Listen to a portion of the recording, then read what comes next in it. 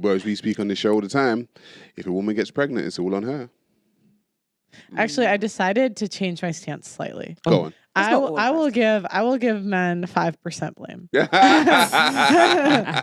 I'll say women 95%, but like I mean unwanted pregnancies, you mean? I feel like I used to say that it was 100% the woman's fault. Because we have 41 forms of birth control. You can require the men you sleep with wear a condom. You also can get an abortion. I mean, the list goes on and on and on. You also have abstinence. You also, go on and on and on. Where men, they just have condoms, and even if they do that, they could be stolen, and like vasectomies, but that they also may not be reversible in some cases. So it's like, do you really want to risk that? Yeah. So because of that, I used to say 100% on women, but I decided recently, I was like, you know what? The more I talk to men, some of y'all be wilding in these streets. I'm gonna give you 5% back. I'm gonna say it might even be more than that. I just think that men should protect their sperm, right? I think all men should protect their sperm. However, I've always said to women, there's a bunch of reckless men out there, girl. Oh yeah. There's a bunch of reckless men, and some men aren't gonna protect their sperm. And for those men that aren't gonna protect it, you need to protect yourself. I will give it 60-40. In favor of who? Women. Okay. Because like as a man, like obviously as you get older and you start to value yourself a bit more. Now I'm just like a bit of at the age of my life where like I'm protecting my sperm and things of that nature. So when I do that as a man, it's really hard to get anyone pregnant. Right. It's really hard. So you have to take some accountability because like if you give 95% to the women, you're leaving it in their hands, and I feel like that's not smart. I feel like it is in our hands. It is, but it shouldn't be left in your hands from a man's perspective. So that's why I say, like, all right. Will you give me? Okay, what about 30% on men, 70% women? Yeah, I'd say 30%. Okay, I can work with that. But I'm gonna stick to 5. But I just wanted to see if I can move you. I can say 30 because it is you're bartering to get to see who's more to blame. Yeah. But when you say to blame, in what sense? Like okay, I just think women have a complete power when it comes to reproduction. Yeah. Like we have 41 forms of birth control. We have abortion, and especially in the UK, you can get it up to freaking 6 months, which to me is mad. And it's free. It's on the government, so your tax dollars are paying for that. On top of that, we have the choice to give up a kid for adoption. There's cases in the U.S. where the dad actually wanted the child and the mom still gave it up for adoption, and he had no rights in that. Really? Even if we have the kid, we can get child support from the dad. Even if we get married, we can leave and take half. And I think in the UK, it's between 13 and 21% for child support, which isn't as high in the US where it can be up to 50, like 25% per kid, but you're still getting it checked. So like, no matter what we choose, we're bailed out of every single decision. And where men, it's like the only choice you have is to wear a condom or not wear a condom. So when we have all this choice, like, how can I say, like, with more power comes more responsibility. So if we have more power, then we have to take more of the responsibility. But honestly, like, some of you guys, I've had some guys on the show. Yep. Some of them are wild. That I'm like, you don't even pull with girls you don't know. Like, I'm like, all right, 5%. We're giving 5. I remember what was the last? What was the guy's name? You had Louis, and you had Drunk Justin.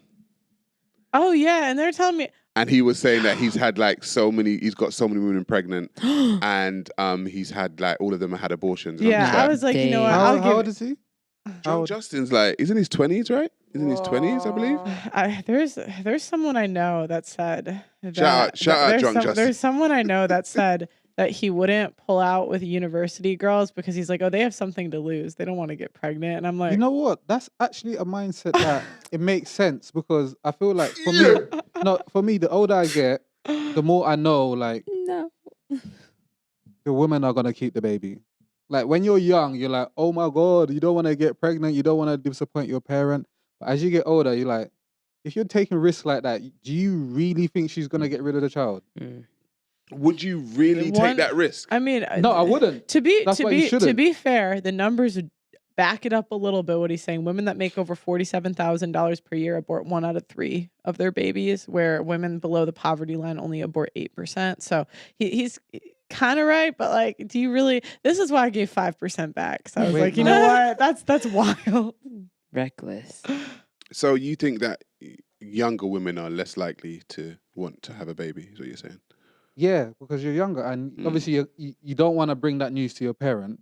Right. And then you're still thinking about your life and all that. But as you get older and your clock start ticking, and you're gonna start thinking, well, if I get rid of it now, when am I gonna get another one? So I feel like I always had an older friend who was like, he doesn't sleep with women with like 2 or more kids, because it's like for them, they'll have another one. It's like, what's one more gonna do to their life? Goodness. It does make sense. I was like, yeah, that actually does make sense. So yeah. Wow. I don't know. I'm not gonna lie. Some of the things we do, they're amazing, but they're steeped in logic, though. I hear what you're saying. Yeah. I do. Even when men are illogical, they're still kind of logical. They're still kind of logical. You know what I'm saying? Yeah, because it's crazy, but it's like, it makes sense. You know, it makes sense. Yeah. Sorry, guys. Sorry. What's my next question? Sorry, 1 second. Yeah, I don't prescribe this. I would just like to say now I don't. Be careful. I stand for approval on that. When it yeah, this is not. Don't. Yeah. When it comes to respect and masculinity, in everyone's life here, were you grown with a masculine figure in your life that you respected?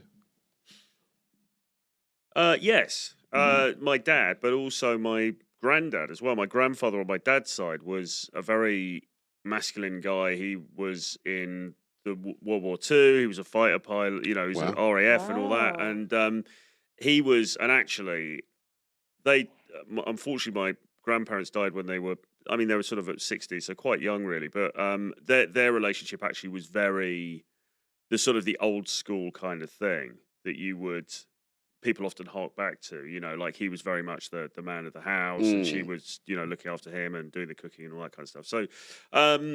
So yeah, absolutely, you know, and you know those are the people that I looked up to. So yeah, for sure. But that's going back a few years now. Do you know what I mean?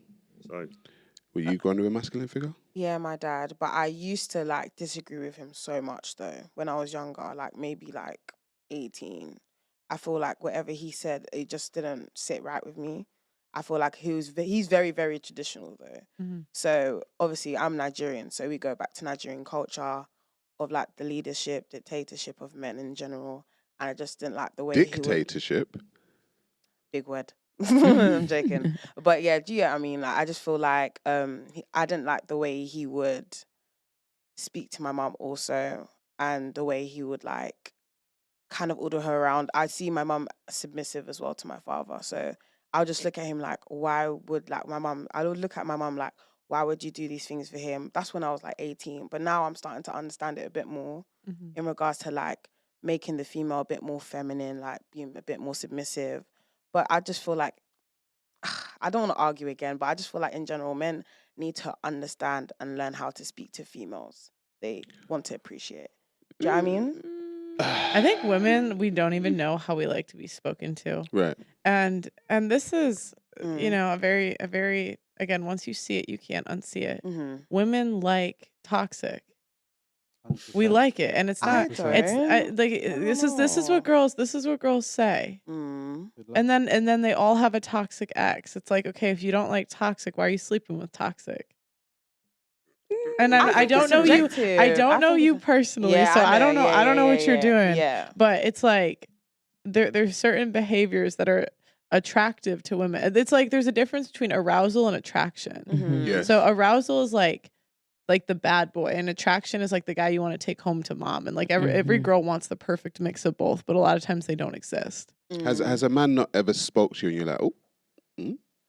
What do you mean? Yeah, what do you mean? Like you liked it, and he was very stern with you. Have you, as a woman, not thought, "Oh my God, I don't know why I liked that, but I liked that"? Depending on the context, I feel like if it's let's not get personal, but no,